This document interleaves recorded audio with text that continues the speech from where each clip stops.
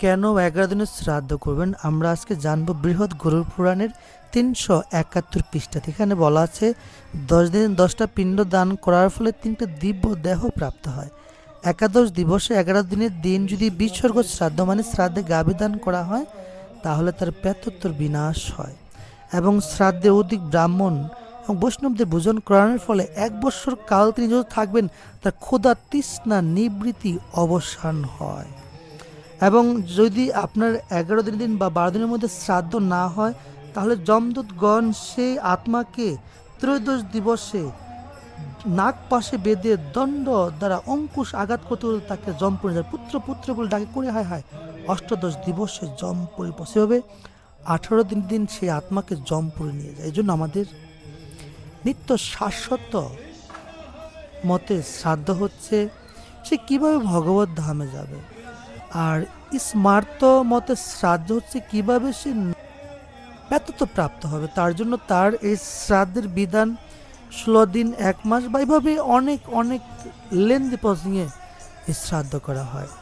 আমরা এর পরবর্তীতে জানব বিশুদ্ধ শ্রাদ্ধ দর্পণে 64 পৃষ্ঠায় বলা আছে যখন কারো মৃত্যু হয় মুখ খাগ্নি করতে হয়। মুখ খাগ্নি মানে গৃহের বংশের মুখ্য ব্যক্তি যে বয়োজ্যেষ্ঠ সে 7টি পাট কাস্টে তোলা প্যাঁচিয়ে অগ্নি প্রজ্বলিত করে প্রদক্ষিণ করে মন্ত্রের মাধ্যমে জাস্ট তার শুধু মস্তক অগ্নি স্পর্শ করবে। এখানে স্পষ্ট বলা আছে, কিন্তু আমাদের সমাজে কিছু সংখ্যক ব্যক্তি তারা বিষয়টি বুঝতেছে না। মুখ্যাগ্নিকেই মুখ অগ্নি বানায় ফেলেছে, মুখ্যাগ্নি, আর সেটা এখন হয়ে গেছে মুখ আগ্নি মানে মুখ আগুন দিতে হবে। আমাদের এই যে নেগেটিভ ধারণাটা আমাদের দূর করতে হবে। যদি শাস্ত্রের সিদ্ধান্ত আমরা না পালন করি আমাদের সনাতন ধর্ম এক পর্যায়ে ধ্বংস হয়ে যাবে। আদৌ সনাতনের যে রিয়াল সেটা আমরা খুঁজে পাবো না। জন্য আপনাদের সকলকে অনুরোধ করবো, আসুন আমরা সম্মিলিতভাবে যেটা আমাদের করা প্রয়োজন, যেটা আমাদের করতে হবে আমাদের সেটাই করি। কেন তুলসী কাষ্ঠের দ্বারা মৃত্যুর পরে দেহ বা কলেবর দাহ করতে হবে?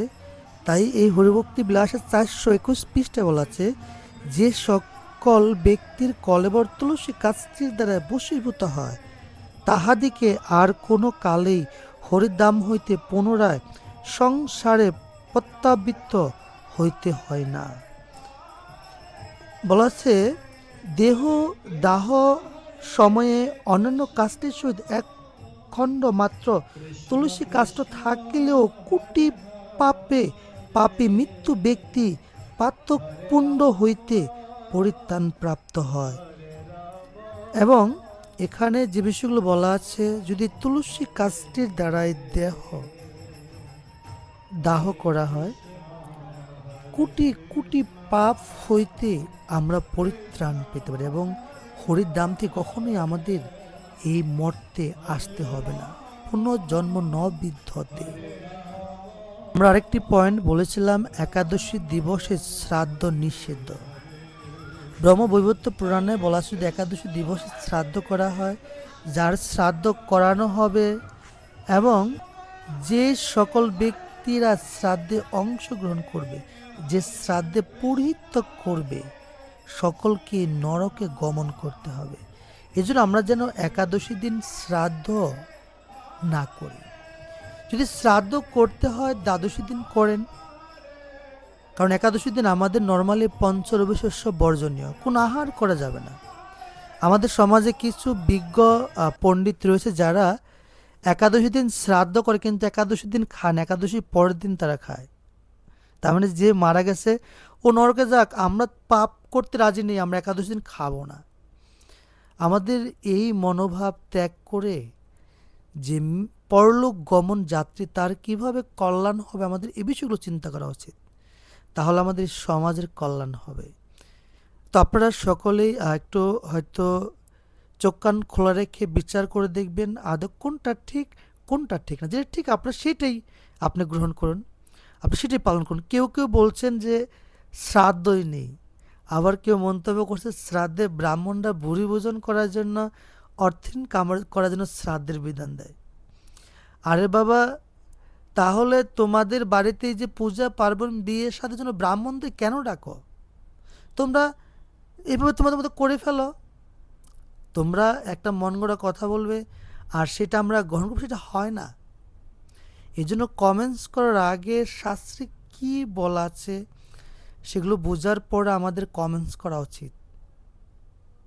এই যে ব্রাহ্মণদের নিন্দা করছেন, ব্রাহ্মণরা অর্থের জন্য শ্রাদ্ধ এই বিধান দিয়ে থাকে, তাহলে বাবা তো তাহলে ব্রাহ্মণরা তো বিয়ের বিধান দেয় অর্থের জন্য, তাহলে ব্রাহ্মণদের নিয়ে বিয়ে পড়ানো দরকারটা কি?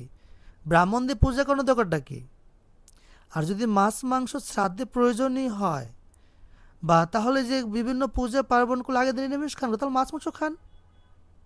মাছ মাংস খেয়ে পূজা করুন। কেন সংযম থাকতে হয়? কারণ সনাতন ধর্মে বলছে জীব হত্যা মহাপাপ। জীব হত্যা করা মানে মহাপাপ, শুধু পাপ না বাবা। আমরা চাই যারা সনাতনী মা বোন রয়েছি, আমরা যেন পাপে না জড়াই, আমরা যেন সুন্দরভাবে একটু হরিভজন করে সঙ্গবদ্ধভাবে হরিভজন করতে পারি। আপনি হরিভজন করলে আমার লাভ কি, না করলে আমার ক্ষতি কি? আপনি যখন চলে যাবেন, আপনি একা যাবেন, আপনার সাথে আমি যাব না, এবং আমি চলে যাওয়ার সময় আপনি আমার সাথে যাবেন না। কিন্তু আমরা চাই কৃষ্ণের নির্দেশ আমরা সবাই যেন পালন করে তার কাছে যেতে পারি। জাস্ট এর জন্যই আপনারা সকলে ভালো থাকুন। যদি কষ্ট পান ক্ষমা করবেন। অ্যাকচুয়ালি আমি আপনাদের কোনো কষ্ট দেওয়ার জন্য বলিনি। আমার অনেক অনেক কমেন্টস দেখে একটু ব্যতিক্রম লেগেছিল আমার কাছে, তাই আমি এই ভিডিওটা তৈরি করেছি। আপনাদের সকলকেই অসংখ্য ধন্যবাদ লাস্ট অবধি থাকার জন্য।